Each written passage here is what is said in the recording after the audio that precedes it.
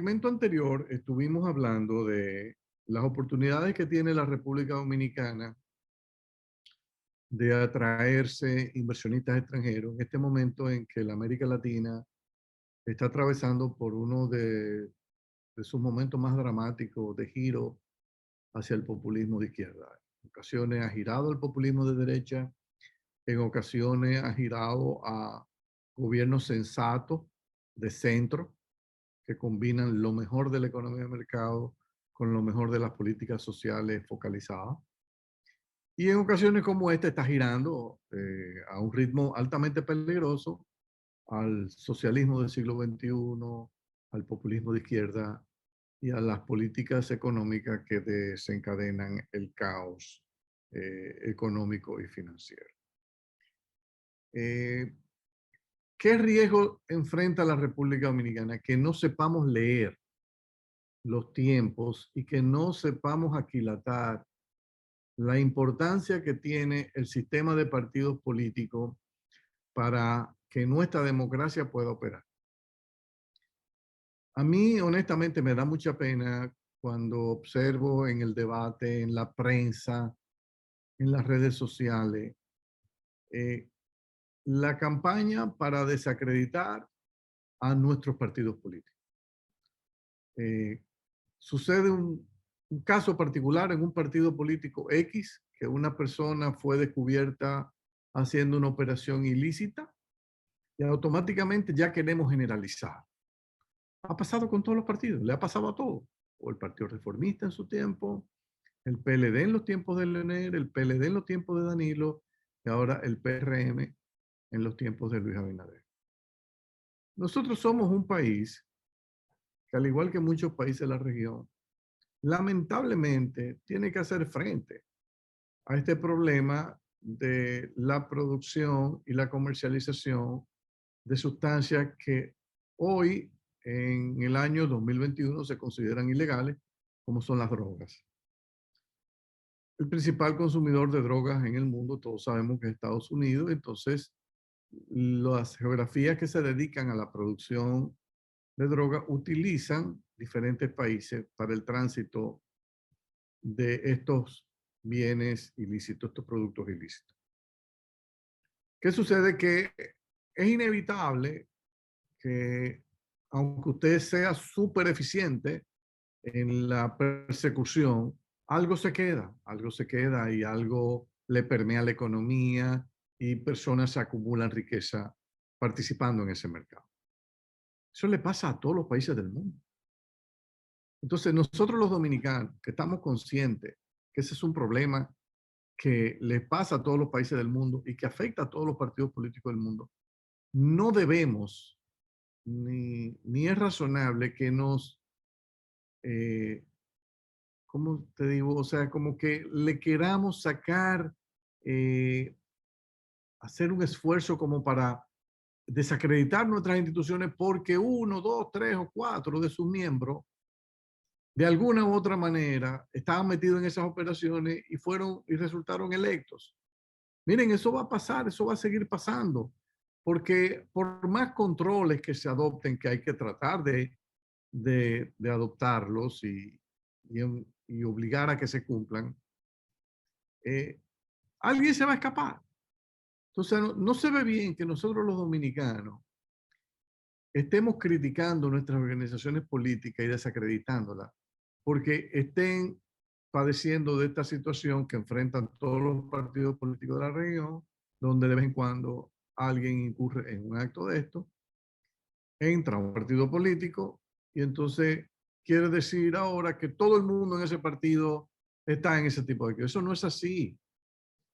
O sea, eso es un maniqueísmo sumamente negativo que va a debilitar nuestras estructuras políticas, nuestros partidos políticos.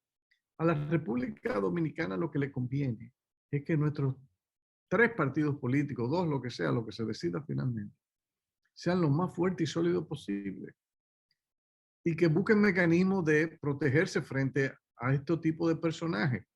Pero de vez en cuando eso va a ocurrir, pero no es el fin del mundo tampoco, porque esa no es la mayoría.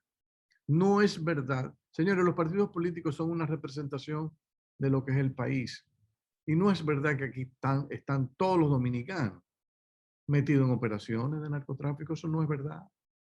Entonces, si los partidos políticos son una muestra aleatoria prácticamente de ese gran conjunto, no es verdad que entonces los partidos políticos están todos llenos de narcotraficantes o de personas que se han enriquecido. Nosotros debemos ser un poquito más sensatos. Nosotros ya tenemos una marca país. No la desacreditemos, queriendo decir que el PRM está minado, que el PLD está minado, que el Partido Reformista está minado, que la fuerza... Eso no es así.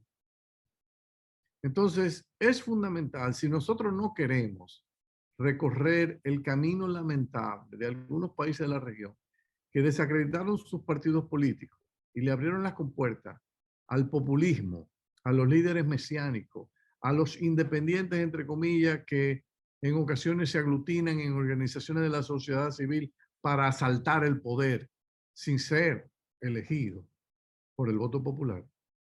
A nosotros nos parece que los partidos políticos debemos verlo como instituciones a ser protegidas, a ser defendidas por todos. Pues esas son las vías que nosotros tenemos para autogobernarnos. Si lo desacreditamos, va a surgir un loco, un líder mesiánico en un futuro que va a venir con ideas que se va a querer llevar al Congreso, que va a querer alterar el Poder Judicial, el Tribunal Constitucional, como está operando Bukele, por ejemplo, en El Salvador. Entonces, ¿es eso lo que quiere la República Dominicana? Yo creo que debemos trabajar todos para que nuestros partidos políticos sean cada vez instituciones más sólidas. Ahora, sepamos algo. Con hipocresías, nosotros no lo vamos a lograr. Y la principal hipocresía que hay en este país es que queremos que nuestros políticos y los miembros de nuestros partidos políticos hagan voto de pobreza, porque eso es lo que en realidad se le está pidiendo, dada la estructura salarial del sector público. O sea, los empresarios que criticamos a los políticos porque decimos, no, son unos corruptos, porque mira, ese nivel de vida que tiene es incompatible con su salario. Bueno, pero la pregunta es, ¿tú crees que ese salario es razonable o no es razonable? Si no es razonable, tú tienes que saber que tú estás fomentando selección adversa. Entonces, si tú no quieres que eso suceda y tú quieres que los partidos políticos se nutran cada vez de profesionales más valiosos, que vean en el servicio público una oportunidad de servir al país, pero al mismo tiempo de servir a su familia y darle educación a sus hijos, tú tienes que encabezar una lucha para la sinceración de toda la estructura salarial en la administración pública. Por ejemplo, el presidente Abinader, desde que asumió, ha estado diciendo y desde la campaña que su meta es poner un salario mínimo de $500 a la policía. Eso es correcto. Y todos debemos apoyar en esa dirección. Porque mientras eso no ocurra, usted no puede pretender que usted va a tener una policía de primer mundo, por favor. Entonces, ese criterio de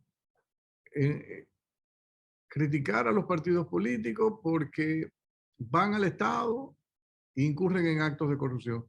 Sí, está muy bien. Yo creo que se debe criticar. Pero lo primero que debemos decir es que nosotros estamos estimulando la corrupción cuando establecemos esa estructura salarial en el Estado Dominicano.